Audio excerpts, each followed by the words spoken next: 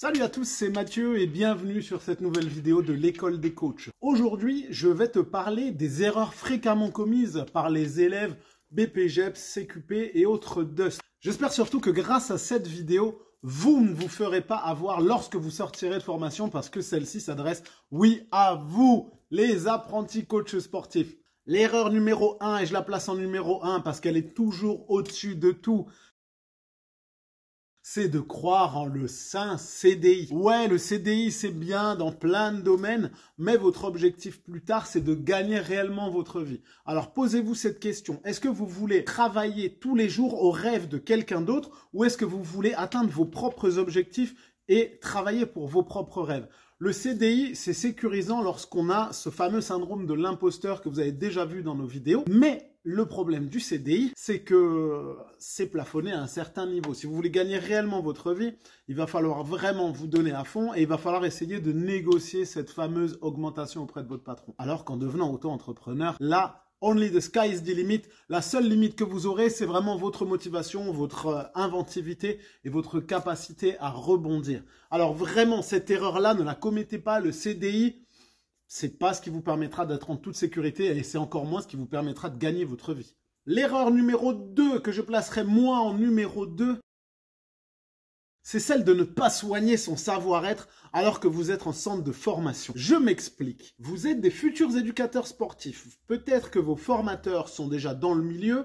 En tout cas, vous travaillez dans des salles et c'est un milieu qui est tout petit, peu importe la région dans laquelle vous vous trouvez.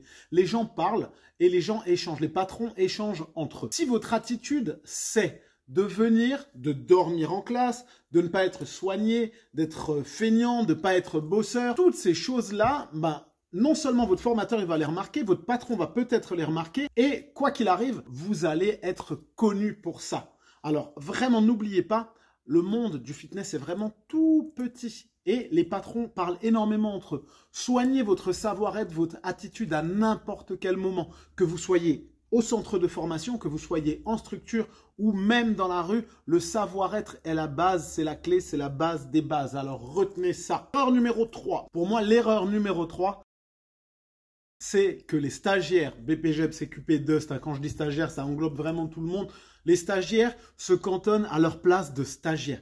C'est-à-dire que plutôt que de s'affirmer comme un coach, ils préfèrent dire aux gens « oui, je suis stagiaire » et avoir cette espèce d'attitude de j'ai peur d'y aller. Alors que dès le début, lorsque vous êtes dans votre centre de formation ou dans votre structure d'accueil, vous êtes un coach. Aux yeux des gens, à partir du moment où vous avez le polo ou le t-shirt, vous êtes un coach. Alors à vous de vous affirmer comme tel. Quoi qu'il arrive, les gens ont confiance en vous lorsqu'ils voient ce polo sur vous. Ils vous prennent au sérieux. Vous avez des connaissances, n'en doutez jamais. Et maintenant, une chose importante, c'est que lorsque vous vous placez comme un stagiaire, le petit stagiaire comme on dira, ces personnes-là ne se dirigeront pas vers vous lorsqu'elles auront besoin d'aide et encore moins lorsqu'elles auront besoin de coaching. Dès le départ, vous devez être visible et dès le départ, vous devez faire en sorte que tout le monde sache que vous travaillez à l'endroit où vous travaillez. Vous devez être la référence, stagiaire ou pas stagiaire. Mais vous n'êtes pas stagiaire, vous êtes coach ou bébé coach, ça passe aussi. Et la dernière des erreurs, et non la moindre, c'est que lorsque vous êtes stagiaire ou bébé coach, vous ne faites pour la plupart pas de coaching rémunéré. Ce qui veut dire que vous préférez faire des petits trucs par-ci par-là, mais vous ne travaillez pas. Vous avez la possibilité, lorsque vous êtes en stage, de faire du coaching. Alors faites du coaching, facturez le coaching. C'est un service qui est payant. Vos connaissances sont payantes. Certes, vos connaissances à cet instant-là, elles sont minimes. Mais elles permettent en tout cas de pouvoir faire progresser vos adhérents en toute sécurité. Et c'est là surtout que vous allez créer du réseau.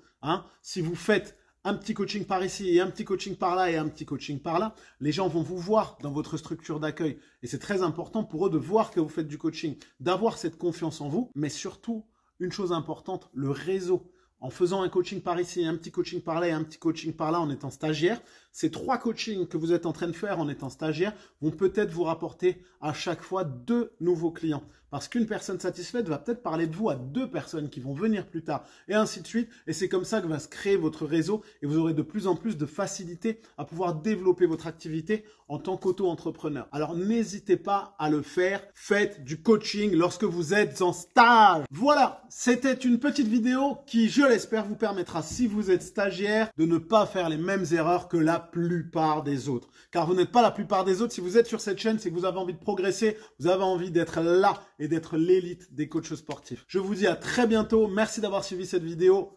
Bonne journée. Ciao!